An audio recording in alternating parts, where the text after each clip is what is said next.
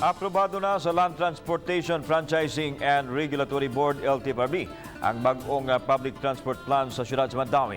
Subay kini sa gitinguha nga modernisasyon sa public transportation o pag-abli sa bagong ruta. Ano yung report ni Nico Serino?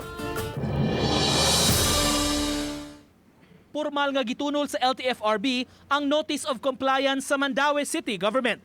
Pamaagi kini pag-ila sa syudad nunot sa pag-umol sa Local Public Transport Route Plan o LPTRP nga mo'y una nga naaprubahan sa national government. Ubo sa komprehensibo nga LPTRP na ila na ang tanang 15 ka rota sa public transportation. Unsi niini intercity umutadlas sa lain-lain nga mga LGU gikan sa Mandawi paingon sa Cebu City, Lapu-Lapu ug Konsolasyon. Samtang dunay upat sab nga buksan nga developmental routes o ang biyahe diha ra sa syudad magtuyok-tuyok. Sa intercity, mga buses ang pabiyahion samtang sa mulibot sa Mandawi o intra-city, mga modern jeepneys. Comprehensive local transport plan.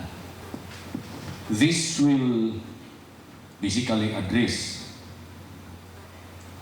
the two basic problems, the congestion and pollution. Taliwa nining gitinguha nga modernisasyon ang kabalakasab nini mga nagmaneho o nag-operate sa mga traditional PUJs kung unsa ang mahitabo kanila. Apan gipasalig sa dakbayan ingon man sa LTFRB, dili sila pasagdan. Saad sa mayor, dili makulban sa kaldero ang nagmaneho sa traditional jeepneys.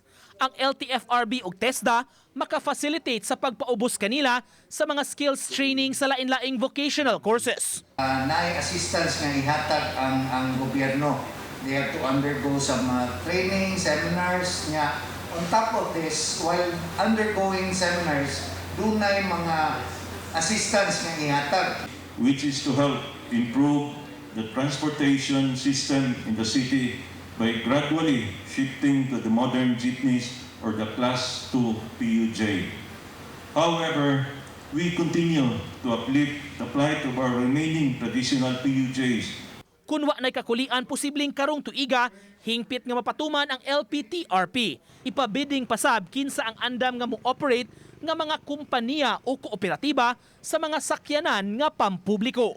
Uban ni June Solon, Nico Sereno, Balitang Bisdak.